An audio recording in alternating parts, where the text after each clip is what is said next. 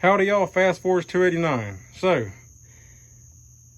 you ever had a broken off dipstick tube in your timing cover on your Ford? Well, I'm gonna show you how to install a new one and how to fix this problem. This one here is no good no more. So if you look down in here, you can see that I already got the broken off piece out. I didn't record it because it's kind of it took a little bit of time to get it out, you know, and not hurt the timing cover. So what I ended up doing eventually is taking a drill bit and running down in there with a drill, and that bit onto it enough and I could just pull it out with a drill, you know. If you see I got a bunch of grease and dirt down here, that's probably, that one was cracked. The one that broke off is already cracked, and I went and just barely touched it and it just finished breaking. So that would explain why I got all this oil. So let's take a look at the new parts I got. So here I got a new dipstick tube and a new dipstick. Just went ahead and bought both. I want to say it was $50, I think, for both of these together. Ordered from CJ Pony Parts. Their original style. I could have went on Summit Racing and bought like a $20 one. 15, 16, whatever it was, $15, $16. I didn't want that. It's cheap. They were chrome. I didn't really want chrome. They're cheap. They're flimsy. They're not durable. Plus the bracket was not welded to the tube. It was just, you just kind of slide it over and you put it wherever you want, which I guess is fine for adjustability, but I wanted more of the original style because I like it better.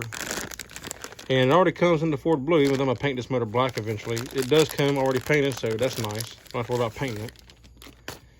And just slide that off, and this will slide right down inside the timing cover. That's the piece that was broke off.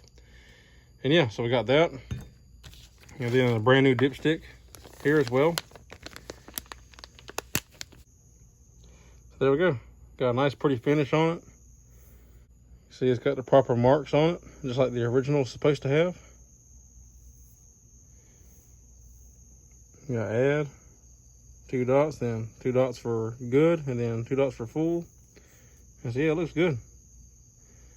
I mean, it looks exactly the way an original is supposed to look, so that's good. One thing I've noticed, I don't know how well it picks up on camera, it's not a big deal in my case because, like I said, I'm painting this motor black eventually when I do the cam swap down the road, which hopefully will be pretty soon.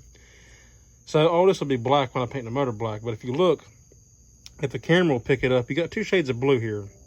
This one's darker than this one. If you're somebody that, you know, don't want to have to repaint anything, you just want to order things the way they are, this might be a little bit, you know, problematic for you because now you got to paint one of these to match the motor or whatever, you know. This is more your traditional Ford blue. It's supposed to be dark. A lot of people paint their stuff lighter. It's not right.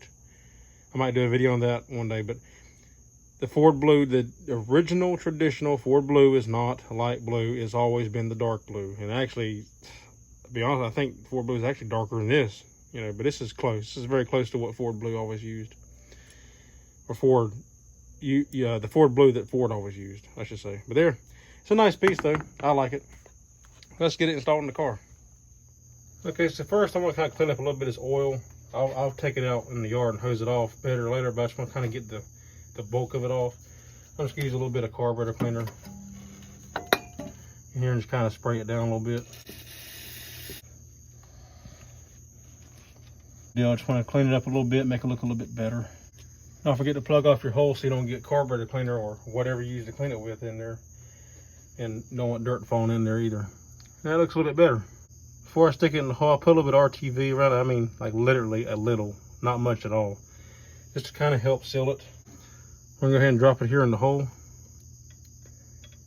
and everything should line up really nice. You may have to work out a little bit to get to go in, especially since everything is new. It's gonna be a nice tight fit.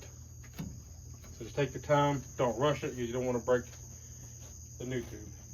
Also, a little tip, put you a little bit of grease on the end of it too. And I had to end up grinding that black paint away or whatever, that coating away, because I think it was holding it up some, and I put a little bit of grease on here to make it slide in easier.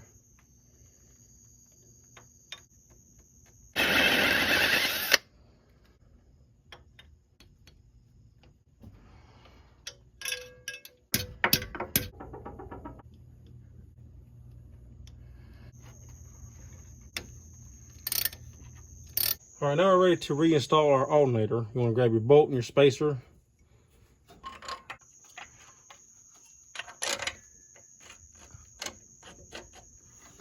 I like to use the bolt as kind of like a pivot point to help me align the spacer and get it started. It seems to work pretty good for that. All right, once you got your top bolt in, we're going to put our bottom bolt in.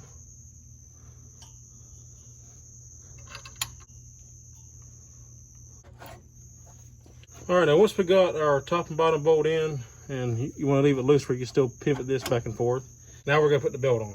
Make sure you got your belt on the right groove. This is a 2-pulley here, 2-groove pulley, but I only use one because I eliminated the power steering. You want to make sure it's on the proper groove on the crankshaft pulley. And then you slip it onto the alternator. And once you know you're good to go, you can tighten up your alternator. What I like to do is, you see this little part right here, I like to grab me a pry bar and stick it right in there like that. And that gives you some good leverage to tighten the belt. Because there's really no other way to get to it to tighten the belt. So I like to do that. I'm going to get my socket on there and I can pull this tight with my other hand and then tighten it while I hold it. You want to tighten your bottom bolt first. That way it'll hold it so it doesn't back off. Keeps your belt nice and tight, and then you can tighten up your top bolt. Just like that. And here's a look of the finished product. It looks a lot better with that new dipstick and dipstick tube in there. Now it's like it's supposed to. And I'll paint the head of that bolt when I paint the rest of the motor. But now it's actually set up the way it's supposed to be. I also got the proper spacer in there now. It's not a bunch of washers and stuff. And yeah, I got a nice new belt because the other belt was dry rotted and cracking. So now I ain't got to worry about that breaking on me. So yeah, that looks good. Looks a lot better.